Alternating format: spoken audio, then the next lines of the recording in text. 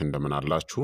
እኔ አለው እግዚአብሔር ይመስገን ደህና ነኝ። ዛሬም በጠቃሚና በአዲስ ፕሮግራም በድጋሜ ተገናኝተናል። በዛሬው የጤና ፕሮግራማችን ላይ የምንመለከተው የሞሪንጋ ሻይን የሚያስደንቅ ጥቅሞቹን እነግራችኋለሁኝ። እንዲሁም ደግሞ አሰራሩን፣ በቀን ምን ያክል መጠንስ መጠጣት ትችላላችሁ፣ ማድረግ ያለባችሁ ጥንቃቄዎች፣ ከመጠን በላይ ከጠጣችሁ የሚያስከትለውን ጉዳትና መጠንቀቅ ወይም ደግሞ ማስወገድ ያለባቸው ሰዎችስ ምን አይነት ሰዎች ናቸው የሚለውን በዚህ ቪዲዮ ላይ በሚገባ የምነግራችሁ ይሆናል ማለት ነው። ይህ የጤና ትምህርት ታዲያ ለበርካታ ሰዎች እንዲደርስ ሁላችሁም በቅንነት ላይክ እና ሼር በማድረግ ሌሎችንም አስተምሩ አሳውቁላለሁኝ። ጥያቄ ካላችሁ በኮመንት ላይ አስፍሩልኝ። በቀጥታ ወደ ጤና ትምህርታችን የማልፍ ይሆናል። የሞሪንጋ ሻይ ከደረቀው የሞሪንጋ ኦሊፌራ ዛፍ ቅጠል የሚዘጋጅ ሲሆን በዓለም ላይ ካሉ ከፍተኛ ንጥረ ምግብ ካላቸው የእጽዋት ሻዮች ውስጥ አንዱ ነው። ሞሪንጋ ምንድን ነው ካላችሁ፣ ከሞሪንጋ ዛፍ ውስጥ እያንዳንዱ ክፍሉ፣ ቅጠሎቹ፣ ዘሮቹ፣ ፍሬዎቹና አበቦቹ ለምግብነት፣ ለመድኃኒትነትናም ለተለያዩ ንጥረ ምግቦች ለሃያሌ ጊዜያት ጥቅም ላይ ውለዋል። የአመጋገብ እሴቱ ደግሞ የሞሪንጋ ቅጠሎች በብዛት ጥቅም ላይ የሚውሉት ትኩስ፣ የደረቁ ወይም ደግሞ በዱቄቱ ሲሆን እጅግ በጣም ከፍተኛ የንጥረ ምግብ ይዘትም ስላላቸው ነው። ቫይታሚኖችን እንደ ቫይታሚን ኤ፣ ቫይታሚን ሲ፣ ቫይታሚን ኢ፣ ቫይታሚን ኬ እና ቢ ቫይታሚኖችን ይይዛሉ። ማዕድናቶችን እንደ ካልሲየም፣ ብረት፣ ማግኒዥየም እና ፖታሲየም እንዲሁም ደግሞ የዚንክ ምርጥ ምንጭ ናቸው። ፕሮቲንን ሁሉንም ዘጠኙንም አስፈላጊ የሆኑ አሚኖ አሲዶችን ይዟል። ይህ በእጽዋት ዘንድ እምብዛም ያልተለመደ ነው። አንቲ ኦክሲዳንቶችን እንደ ኪውሪሲቲን፣ ክሎሮጀኒክ አሲድ እና ቤታ ካሮቲንን ይይዛል ማለት ነው። ስለዚህ ሞሪንጋ እጅግ በጣም ድንቅና ተአምረኛ የሆነ ቅጠል ነው። ታዲያ የሞሪንጋ ሻይን ዝርዝር የጤና ጥቅሞቹን ልንገራችሁ። አንደኛ፣ በንጥረ ምግቦች የበለጸገ ነው። እንደ ቫይታሚን ኤ፣ ቫይታሚን ሲ፣ ቫይታሚን ኢ እናም ኬ እንዲሁም ካልሲየም፣ ፖታሲየም፣ ብረትና ማግኒዥየም የመሳሰሉ ማዕድናቶችን ይዟል። ለጡንቻ ጥገና እናም ለአጠቃላይ የሰውነት ስራ አስፈላጊ የሆኑ አሚኖ አሲዶችን ይሰጣል። የሞሪንጋ ሻይን መጠጣት በተለይ አመጋገባቸው አረንጓዴ ቅጠላ ቅጠሎችን ለሚጎድላቸው ሰዎች ዕለታዊ የአመጋገብ እጥረትን ለመሙላት ይረዳል። ሁለተኛ፣ ኃይለኛ የአንቲ ኦክሲዳንት ድጋፍን ይሰጣል። በኪውሪሲቲን፣ በክሎሮጀኒክ አሲድና በቤታ ካሮቲን የበለጸገ ነው። የሴል ጉዳት፣ ያለ ዕድሜ ማርጀትናም ስር የሰደደ በሽታዎችን የሚያስከትሉ ፍሪ ራዲካሎችን ለማስወገድም ይረዳል። የሞሪንጋ ሻይ ጤናማ ቆዳን ይደግፋል። የእርጅና ሂደትን ያቀዘቅዛል ወይም ደግሞ ያዘገያል። እንዲሁም የኦክሲዲቲቭ ስትረስንም ይቀንሳል። ሶስተኛ፣ ጤናማ የደም ስኳርን ይደግፋል። በሞሪንጋ ውስጥ የሚገኙት ውህዶች የደም ውስጥ የግሉኮስ መጠንን ለማስተካከልና የኢንሱሊን ሴንሲቲቪቲን እንዲሻሻልም ይረዳሉ። በርካታ ጥናቶች ከምግብ በኋላ የሚከሰተውን የደም ስኳር መጠን መጨመርን እንደሚቀንስም ያሳያሉ። የሞሪንጋ ሻይ የስኳር ህመም ወይም ደግሞ ቅድመ የስኳር ህመምን ለሚያስተዳድሩ ሰዎችም በጣም ጠቃሚ ነው።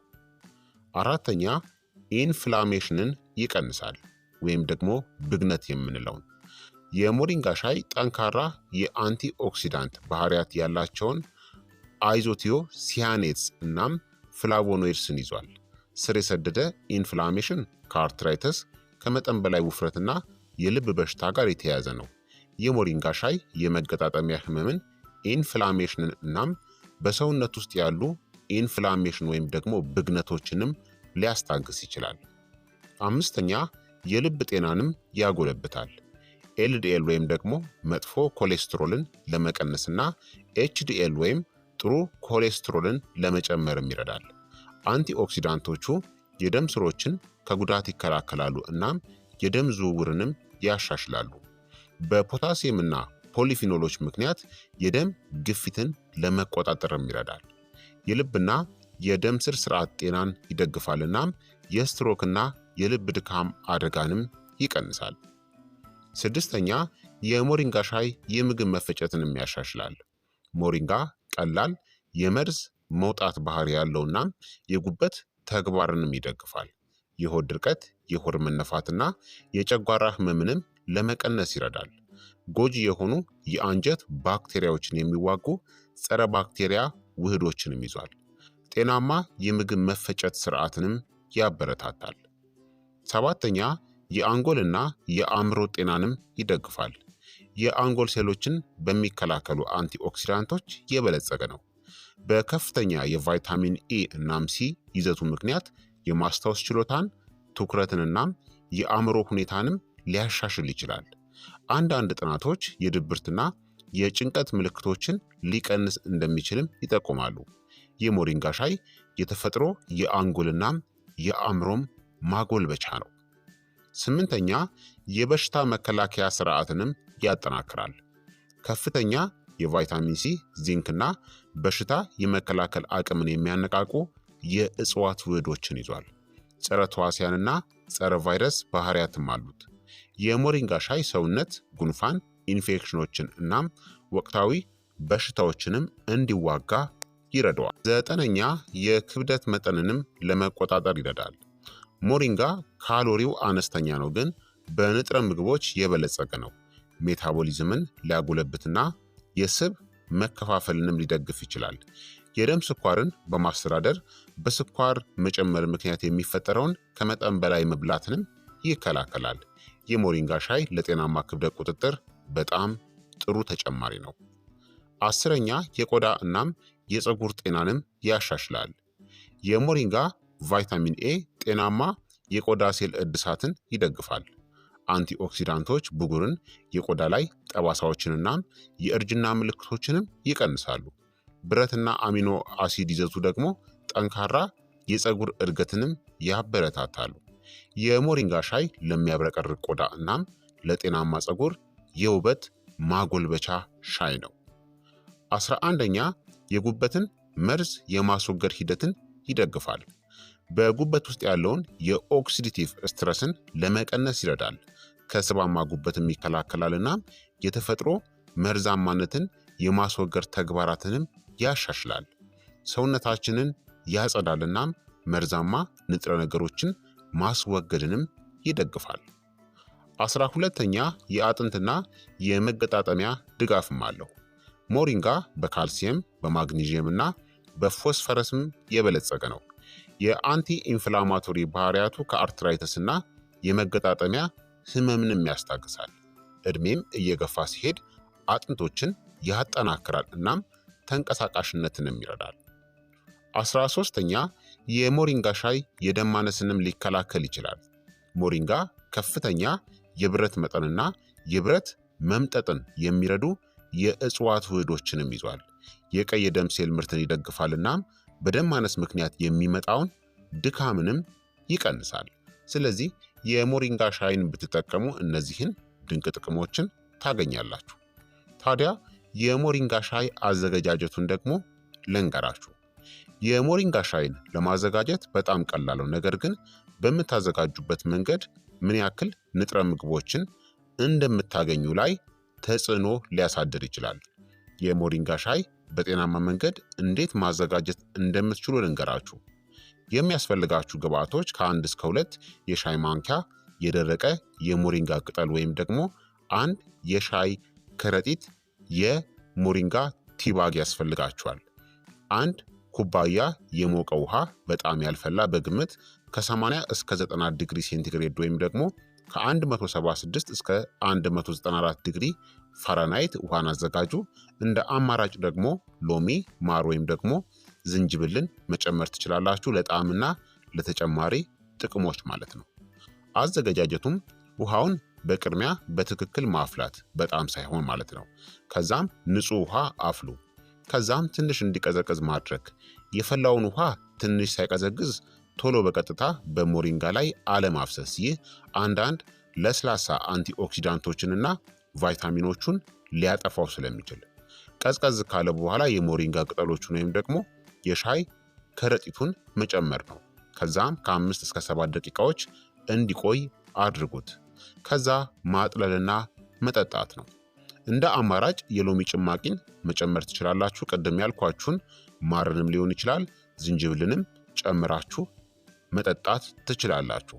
ሎሚን ከጨመራችሁበት ቫይታሚን ሲን ያጎለብታልና ብረት እንዲመጠጥም ያደርጋል። አንድ የሻይ ማንኪያ ማር መጨመር ደግሞ ጉሮሮን ያረጋጋል፣ አንቲኦክሲዳንቶችን ደግሞ ይጨምራል። አንድ ቁራጭ ዝንጅብል ወይም ደግሞ ቀረፋ መጨመር ተጨማሪ አንቲ ኢንፍላማቶሪ ጥቅሞቹን እንድታገኙ ያደርጋችኋል ማለት ነው። ታዲያ የሞሪንጋ ሻይን ስታፈሉ ቅጠሎቹን ከመጠን በላይ አለማፍራት። ረጅም ጊዜ የሙቀት መጠን ካለ ንጥረ ምግቦቹን ወይም ደግሞ የቫይታሚኖች ይዘቶቹን ያጠፈዋል። ትኩስ የደረቁ ቅጠሎቹን ወይም ደግሞ ጥሩ ጥራት ያለውን የሻይ ከረጢቶች ወይም ደግሞ ቲባጎችን መጠቀም። በጣም የቆየ ምርትን አስወግዱ። በቀን ደግሞ ከ1 እስከ 2 ኩባያ ብቻ ከጠጣችሁ በቂ ነው። ከመጠን በላይ መጠጣት የደም ስኳርን ወይም ደግሞ የደም ግፊትን ከመጠን በላይ ሊቀንሰው ይችላል። የሞሪንጋ ሻይ የምትጠጡበት ጊዜ እና መጠን የጎንዮሽ ጉዳት ሳይኖር ከፍተኛውን ጥቅም ለማግኘት በጣም አስፈላጊ ነው። ታዲያ የሞሪንጋ ሻይን ለመጠጣት ምርጥ ጊዜ ጠዋት በባዶ ሆድ ምርጥ ሰዓት ነው። በተፈጥሮ ኃይልን ያጎለብታል፣ ያለ ካፌን ኃይልን ይሰጣል፣ ሜታቦሊዝምን እናም የምግብ መፈጨትንም ያነሳሳል። ለቀኑ ቫይታሚኖችን እና ማዕድናቶችንም ያቀርብላችኋል።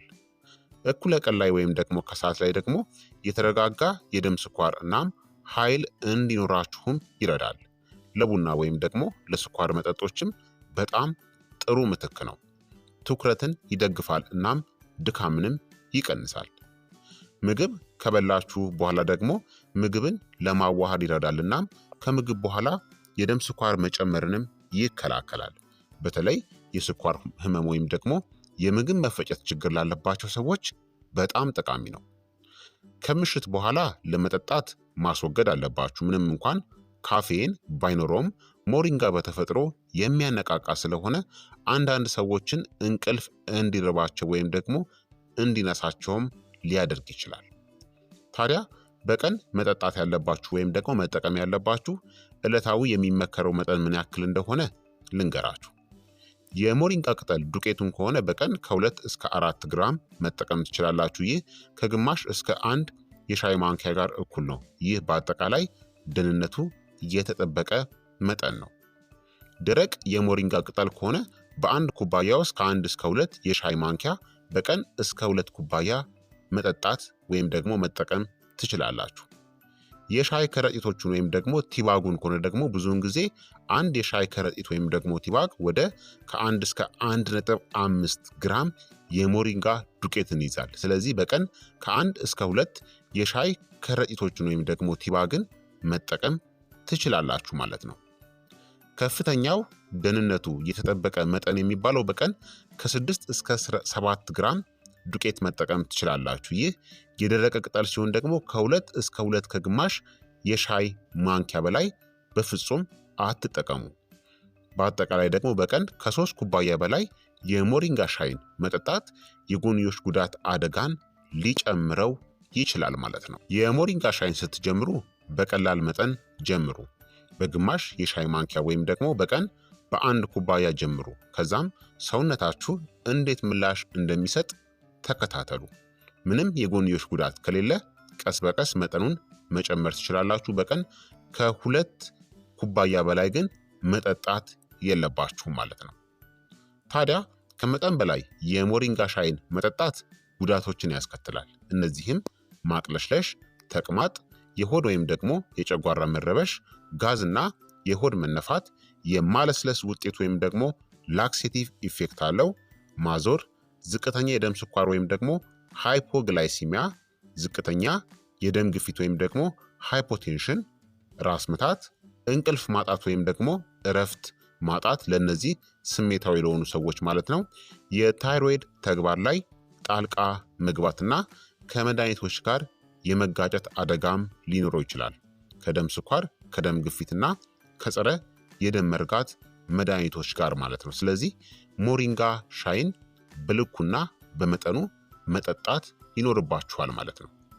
ምንም እንኳን የሞሪንጋ ሻይ እጅግ በጣም ገንቢ እናም በአጠቃላይ ደህንነቱ የተጠበቀ ቢሆንም አንዳንድ ሰዎች ደግሞ የማይፈለጉ የጎንዮሽ ጉዳቶችን ለመከላከል መጠኑን መገደብ ወይም ደግሞ ማስወገድ ይኖርባቸዋል። የሞሪንጋ ሻይን መገደብ ወይም ደግሞ ማስወገድ ያለባቸውን ሰዎችን ልንገራችሁ። አንደኛ፣ እርጉዝ ሴቶች ናቸው። የሞሪንጋ ስሮች የማህፀን መወጠርን ሊያነቃቁ ይችላሉ። ይህ የፅንስ መጨናገፍ አደጋን ይጨምራል። የቅጠል ሻዩ በአንጻራዊነት ደህንነቱ የተጠበቀ ነው፣ ነገር ግን በሐኪም ካልተፈቀደ በቀር በእርግዝና ወቅት መገደብ ወይም ማስወገድ ይመከራል። ሁለተኛ፣ ጡት የሚያጠቡ እናቶች ናቸው። የሞሪንጋ ቅጠሎች አንዳንድ ጊዜ የወተት ምርትን ለመጨመር ያገለግላሉ፣ ነገር ግን ከፍተኛ መጠን ህፃኑን ሊጎዳው ይችላል። አነስተኛ መጠን ብቻ መጠጣትና የጤና ባለሙያን ደግሞ ማማከር ያስፈልጋል። ሶስተኛ፣ ዝቅተኛ የደም ስኳር ወይም ደግሞ ሃይፖግላይሲሚያ ያለባቸው ሰዎች ናቸው፣ ወይም ደግሞ የስኳር ህመም መድኃኒቶችን የሚወስዱ ሰዎች ማለት ነው። ሞሪንጋ በተፈጥሮ የደም ስኳር መጠንን ሊቀንስ ይችላል። ከስኳር ህመም መድኃኒት ጋር ከተወሰደ አደገኛ ዝቅተኛ የደም ስኳር ወይም ደግሞ ሃይፖግላይሲሚያ ሊያስከትል ይችላል። አራተኛ፣ ዝቅተኛ የደም ግፊት ያለባቸው ወይም የደም ግፊት መድኃኒቶችን የሚወስዱ ሰዎች ናቸው። ሞሪንጋ በተፈጥሮ የደም ግፊትን የመቀነስ ውጤት አለው። ከመድኃኒት ጋር ሲዋሃድ ደግሞ ማዞርን፣ ራስን መሳት ወይም ደግሞ ከመጠን በላይ ዝቅተኛ የደም ግፊትን ሊያስከትልባችሁ ይችላል። አምስተኛ፣ የታይሮይድ ችግር ያለባቸው ሰዎች ናቸው። አንዳንድ ጥናቶች ሞሪንጋ የታይሮይድ ሆርሞን ተግባር ላይ ተጽዕኖ ሊያሳድር እንደሚችል ይጠቁማሉ። ሃይፖታይሮይዲዝም ወይም ደግሞ ሃይፐር ታይሮይዲዝም ካለባችሁ በመደበኛነት ከመጠጣታችሁ በፊት ሐኪማችሁን ማማከር ያስፈልጋል። ስድስተኛ፣ የምግብ መፈጨት ስሜታዊነት ወይም ሴንሲቲቪቲ ያለባቸው ሰዎች ናቸው። ከፍተኛ መጠን ያለው የሞሪንጋ ሻይ እንደ ማለስለስ ወኪል ሊሰራ ይችላል፣ እንደ ላክሴቲቭ ማለት ነው። እናም እንደ ተቅማጥ፣ ጋዝ ወይም ደግሞ የሆድ መረበሽን ሊያስከትል ይችላል። በአነስተኛ መጠን መጀመርና ሰውነታችሁ እንዴት ምላሽ እንደሚሰጥ ማየት ይመከራል። ሰባተኛ፣ የተወሰኑ መድኃኒቶችን የሚወስዱ ሰዎች ናቸው። ሞሪንጋ ከመድኃኒቶች ጋር ሊጋጭ ይችላል፣ በተለይም የስኳር ህመም መድኃኒቶች የደም ስኳርን የሚቀንሱ ማለት ነው። እናም የደም ግፊት መድኃኒቶች የደም ግፊትን የሚቀንሱ እና ጸረ የደም መርጋት መድኃኒቶች ደምን ከሚያቀጥኑ መድኃኒቶች ጋር ሊጋጭ ይችላል ማለት ነው። ሞሪንጋ ቫይታሚን ኬን ይዟል። ይህም ከዋርፋሪን ጋር ሊጋጭ ይችላል። እንዲሁም ከታይሮይድ መድኃኒቶች ጋር ሊጋጭ ወይም መስተጋብርን ሊፈጥር ይችላል። በአጠቃላይ ለአብዛኛዎቹ ጤነኛ አዋቂዎች በመጠኑ በቀን ከ1 እስከ 2 ኩባያ መጠጣት ደህንነቱ የተጠበቀ ነው። እርጉዝ ከሆናችሁ፣ ጡት እያጠባችሁ ከሆናችሁ፣ ዝቅተኛ የደም ስኳር፣ ዝቅተኛ የደም ግፊት፣ የታይሮይድ ችግር፣ የምግብ መፈጨት ስሜታዊነት ወይም ደግሞ ሴንሲቲቪቲ ካለባችሁ ወይም ተያያዥ መድኃኒቶችን የምትወስዱ ከሆነ አስወግዱት ወይም ደግሞ መጠኑን ገድቡት። የህክምና ሁኔታ ወይም የጤና ችግር ካለባችሁ የሞሪንጋ ሻይን እንደ ዕለታዊ ተጨማሪ ምግብ ከመጠቀማችሁ በፊት ሁልጊዜ ሐኪማችሁን አማክሩ። ከዛ ውጪ የሞሪንጋ ሻይ የበሽታ መከላከያ፣ የልብ ጤና፣ የደም ስኳር ሚዛን፣ የምግብ መፈጨት፣ የቆዳ እናም የአእምሮ ጤናን የሚደግፍ የንጥረ ነገር ኃይል ነው። በመጠኑ ሲጠጣ በቀን ከ1 እስከ 2 ኩባያ ለጤናማ የአኗኗር ዘይቤ እጅግ በጣም ጥሩ ተጨማሪ ሊሆን ይችላል ማለት ነው። ስለዚህ ክቡራትና ክቡራን ተመልካቾቼ የዛሬው የጤና ትምህርት እንግዲህ ይህንን ይመስል ነበረ። እንደተማራችሁበት ተስፋ አደርጋለሁኝ። ስለ ሞሪንጋ ሻይ ድንቅና የማይታመን አስገራሚ ጥቅሞቹን፣ አጠቃቀሙን፣ ሁሉንም ነገር ነግሬያችኋለሁ ማለት ነው። የጎደለ ካለ ወይም ደግሞ ጥያቄ ካላችሁ ደግሞ በኮመንት ላይ አስፍሩልኝ። ይህ የጤና ትምህርት ደግሞ ለበርካታ ሰዎች እንዲደርስ እናንተ ከወደዳችሁት ለወንድሞቻችሁ፣ ለጓደኞቻችሁ እና ለወዳጅ ዘመዶቻችሁ ሼር እና ላይክ በማድረግ ሌሎችንም አስተምሩ፣ አሳውቁላለሁኝ። በቀጣይ የጤና ትምህርት እስከምንገናኝ እኔንም እናንተንም ቸር ያቆየን። መልካም ጊዜ፣ መልካም ቆይታ። ቻው ቻው።